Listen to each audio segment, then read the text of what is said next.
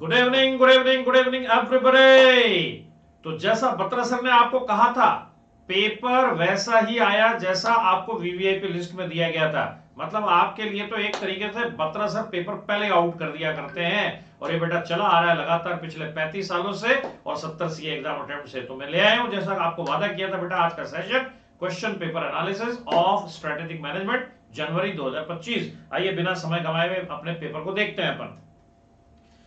तो देखिए बच्चों, जनवरी 2025 में एसएम के पेपर में पहला सवाल था प्राइमो नियो लॉजिस्टिक का।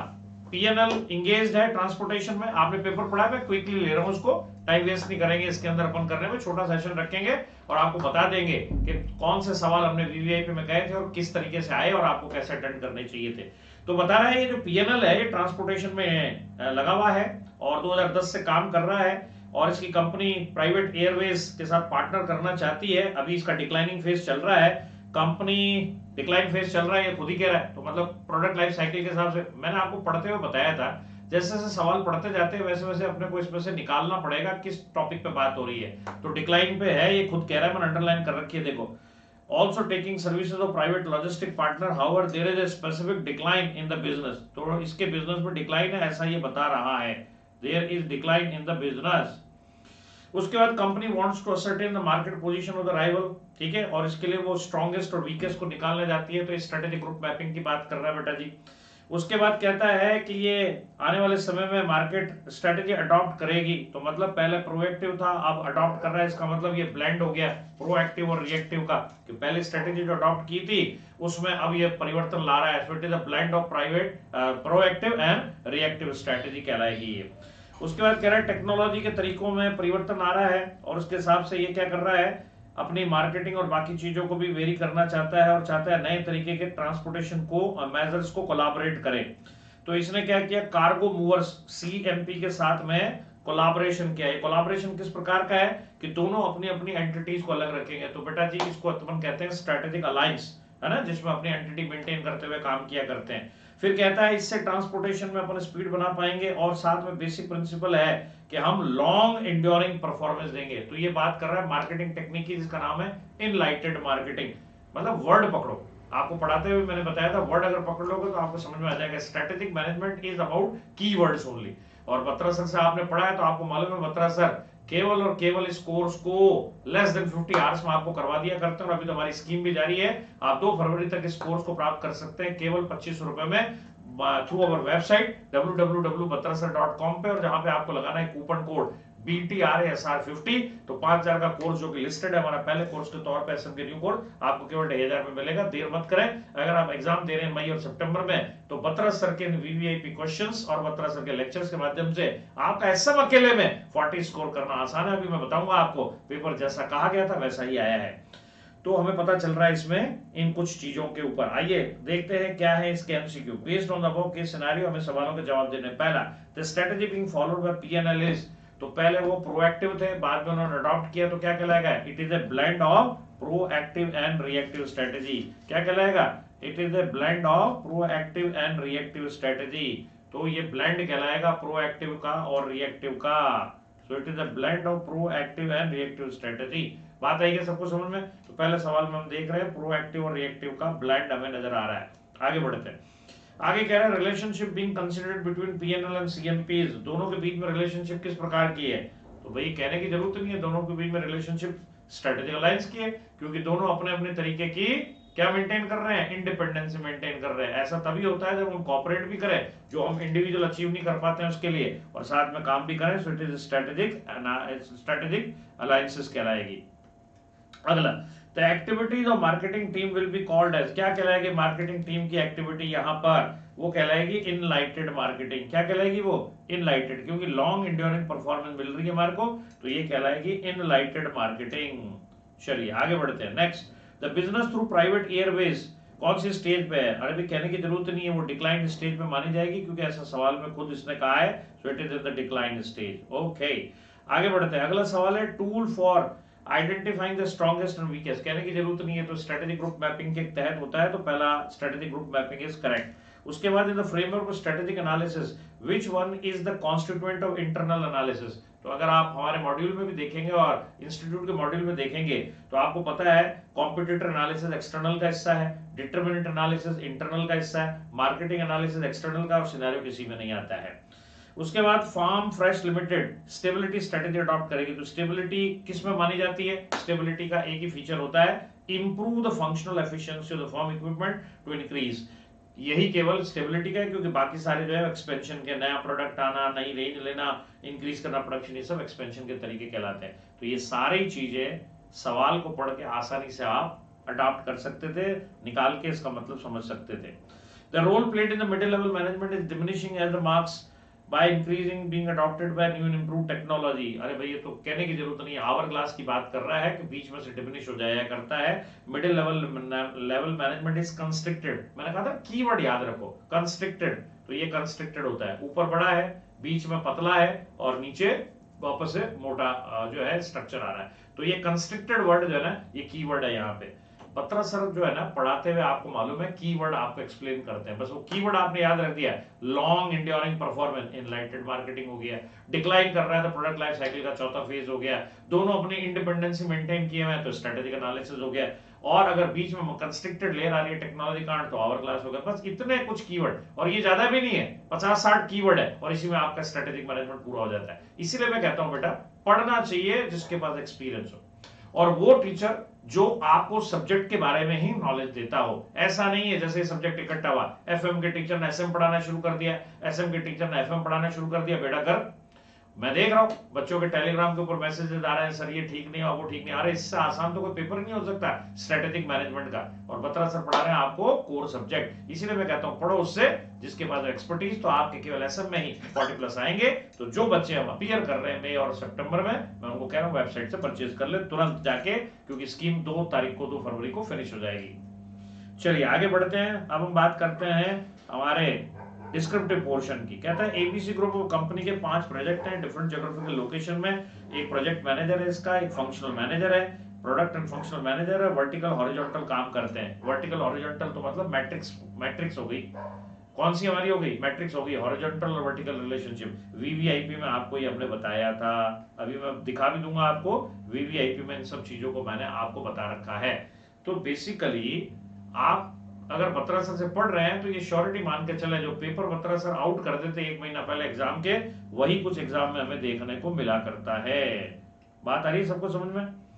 तो वर्टिकल हॉरिजॉन्टल रिलेशनशिप है इसमें, फंक्शनल मैनेजर है, डिविजनल मैनेजर भी है, तो ये मैट्रिक्स हो गई हमारी। सेकंड कह रहा है एक्रो लिमिटेड ई कॉमर्स की कंपनी है जो स्पेशलाइज करती है इको फ्रेंडली प्रोडक्ट को बेचने में। वो कंटिन्यूसली स्ट्रेंथन कर रही है अपनी पोजीशन को, इनोवेटिव इको फ्रेंडली प्रोडक्ट दे रही है। तो ये प्रोएक्टिव तरीके की स्ट्रेटेजी फॉलो कर रही है, लेकिन अभी रिसेंटली उसको कंपटीशन मिला है इस फेज में, और चेंजिंग मार्केटिंग के हिसाब से वो कंडीशन को अडॉप्ट कर रही है।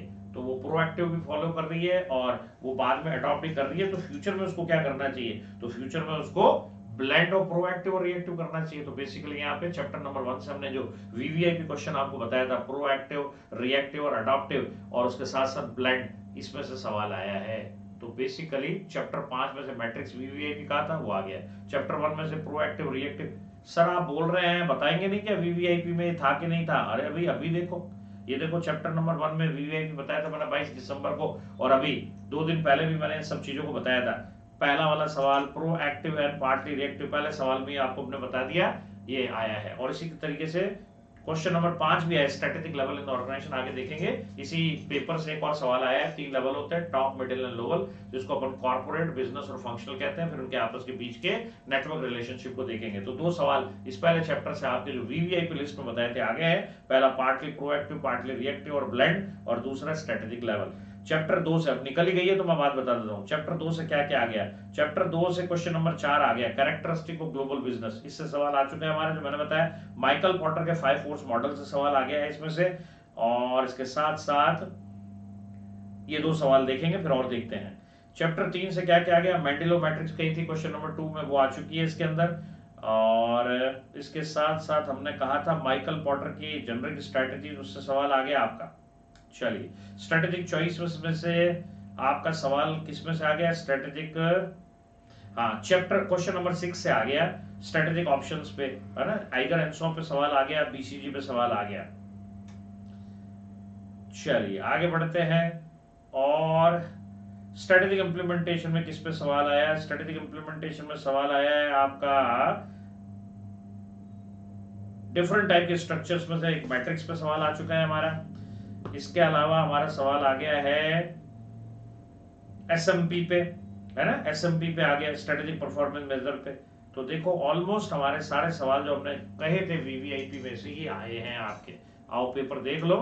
तो ऑलमोस्ट आप कह सकते हो 90% से ऊपर, जैसे बत्रा सर का हमेशा प्रॉमिस होता है, कह दिया वो पत्थर की लकीर है, आईसीआई वैसा ही पेपर दे देती है। तो मतलब अगर आप बत्रा सर से पढ़ रहे हैं, कीवर्ड याद कर रहे हैं और साथ साथ में हमारी वीवीआईपी लिस्ट कर रहे हैं, हमारे एग्जामिनेशन जो वर्चुअल टेस्ट हम लेके आप अपनी प्रेजेंटेशन स्किल सुधार रहे हैं, तो बेटा जी 40+ लाना तो आपके लिए आसान है। इसीलिए मैं कहता हूं वो साडे नाल रहोगे ते ऐश करोगे, साडे नाल रहोगे ते ऐश करोगे, मर्जी है जिना ESSM ਦੇ ਵਿੱਚ ਜਾਂ ਅੱਜਕੱਲ ਕੇਵਲ SM ਜੋ ਰਹਿ ਗਿਆ ਹੈ ਉਸ ਦੇ ਵਿੱਚ स्कोर करोगे। तो साढ़े नाल रहोगे मतलब SM ਦੇ ਵਿੱਚ मर्जी है जिना स्कोर करोगे। आइए आगे बढ़ते हैं। तो ये सवाल हो गया हमारा, आगे बढ़ते हैं। नेक्स्ट है ऑर्गेनिक बीवरेजेस क्या करता है? शुगर फ्री बीवरेजेस बनाए हैं स्पेसिफिक कस्टमर की नीड को पूरा करते हुए। नया प्रोडक्ट है, रैपिडली ग्रो कर रहा है मार्केट के अंदर। से टू नो शुगर ये एक रिलेटेड कैटेगरी है। 2 डायमेंशन मैट्रिक्स में बताओ बॉस्टन कंसल्टिंग के हिसाब से इसका मार्केट शेयर भी ज्यादा है और मार्केट में ग्रोथ भी ज्यादा है। तो बीसीजी के अनुसार इसको स्टार कहते हैं। और स्टार पे हमारी स्ट्रेटेजी क्या होती है? बिल्ड करते हैं हम, और ज्यादा एक्सपेंड करते हैं हम, और ज्यादा इन्वेस्ट करते हैं। आपको हमने बताया था विद देयर लिमिटेशंस और एडवांटेजेस। तो ये भी वीवीआईपी में कवर्ड था हमारा। चलो आगे बढ़ते हैं। International development is expensive and challenging, explain the international, ये चैप्टर नंबर 2 में मैंने बताया था आपको व्हाई कंपनीज गो ग्लोबल और कैरेक्टरिस्टिक ऑफ इंटरनेशनल बिजनेस। तो ये भी वीवीआईपी में था। 4 जो है इसके अपने स्टेप्स बताए थे। Evaluate the global opportunity, describe the scope, create the business objective and develop the different corporate strategy. आपको जैसा पढ़ाया था, जैसा वीवीआईपी बताया था, वैसा ही एक्सपेक्टेड पेपर आया है। इस बार भी नया कुछ नहीं है। तो बत्रा सर जो बेटा कह देते हैं एक्सपेक्टेड वीवीआईपी, वही आपको एग्जाम में देखने को मिलते हैं। मैं चाहूंगा मेरे 22 दिसंबर वाले या आज के इस वीडियो लिंक के अंदर अगर आप मेरी बात से सहमत हैं कि मैंने जैसा कहा था वैसा पेपर है, तो जरूर कमेंट सेक्शन में बताइएगा कि बत्रा सर पिछले 35 सालों से और 70 से एग्जाम अटेम्प्ट से जैसा आप कहते हैं वैसा ही होता है। तो ये है बेटा बत्रा सर का जादू। Next 6B, managing stakeholder is critical for the success of project, explain the Mendelow matrix. मैंने पहले कहा था मेंडेलो मैट्रिक्स पे सवाल आएगा, स्टेक होल्डर के ऊपर वीवीआईपी है, बताया हुआ है आपको। उसके बाद 7A, outline the main level of management generally founded in the organisation. 3 type के होते हैं, टॉप, मिडिल और लो। चैप्टर नंबर 1 से कॉर्पोरेट, बिजनेस एंड फंक्शन। आगे कह रहे हैं इनके बीच की रिलेशनशिप बताओ। 3 तरीके की रिलेशनशिप पे मैंने पढ़ाई थी आपको। फंक्शनल एंड डिविजनल रिलेशनशिप होती है आपस में, हॉरिजॉन्टल रिलेशनशिप होती है और मैट्रिक्स रिलेशनशिप होती है। तो ये भी वीवीआईपी में कवर्ड था। नेक्स्ट है 7B, what do you mean by strategic performance measure? SMP पे सवाल आया हुआ है, स्ट्रेटेजिक एसपीएम पे स्ट्रेटेजिक परफॉर्मेंस मेजर्स, मतलब आप किस तरीके से परफॉर्म करते हो, आपके की ड्राइवर्स क्या है। State the reason of importance of strategic performance measure, मैंने बताया थे 4 है।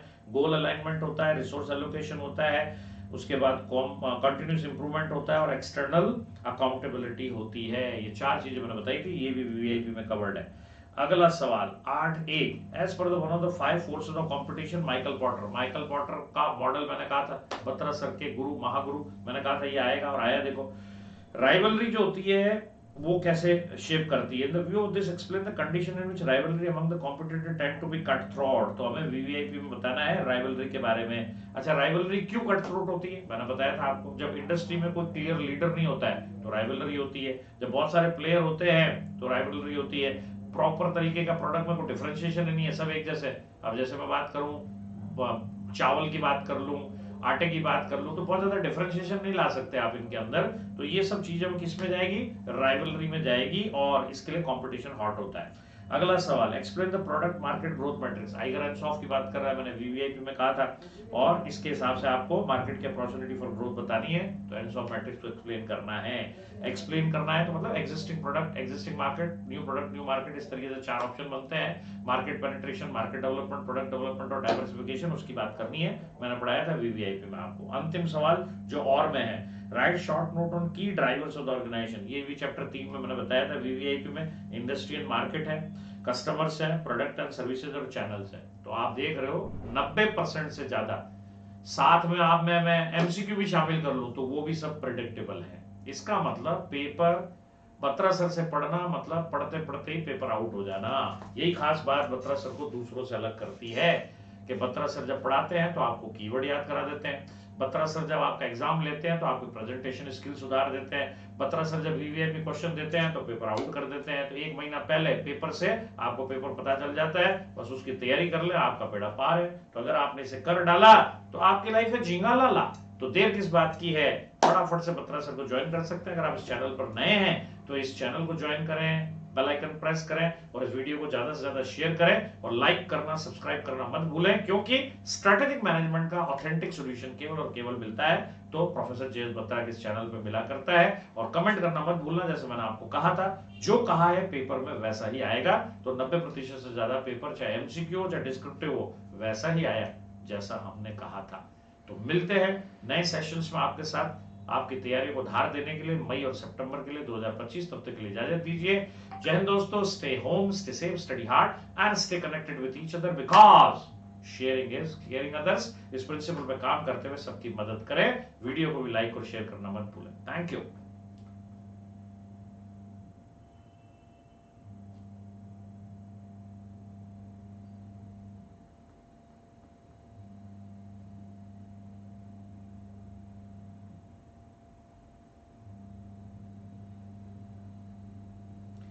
तो हम दे रहे हैं, जैसा मैंने बताया था आपको, मई और सितंबर के बच्चों के लिए pocket friendly SM course 50% off पे 2/2/2025 तक। आपको कूपन कोड लगाना है, आप देख रहे हैं ऊपर BTRASR50। क्या मिलेंगे आपको? कलर नोट्स मिलेंगे आपके डोर स्टेप तक, अनलिमिटेड व्यू मिलेंगे आपके एग्जाम डे तक, चाहे मई का एग्जाम दे रहे हैं सितंबर का। वर्चुअल लाइव टेस्ट लेके आपकी प्रेजेंटेशन स्किल सुधारेंगे, एमटीपी आरटीपी और प्रीवियस ईयर क्वेश्चन सेशन कराएंगे। इसके लिए आपको जाना है www.batrasar.com पे और वहां जो कोर्स सेक्शन में पहला प्रोडक्ट है हमारा न्यू कोर्स पर सब वो परचेज करेंगे। प्राइस वहां 5000 है, लेकिन जैसे आप कूपन कोड लगाएंगे BTRASR50 आपको एक 50% मतलब 2500 रुपए में उपलब्ध हो जाएगा। स्कीम क्लोज हो रही है 2 फरवरी 2025 को। तो देर किस बात की, फटाफट से जाइए और मई और सितंबर के लिए अपनी तैयारियों को धार दीजिए।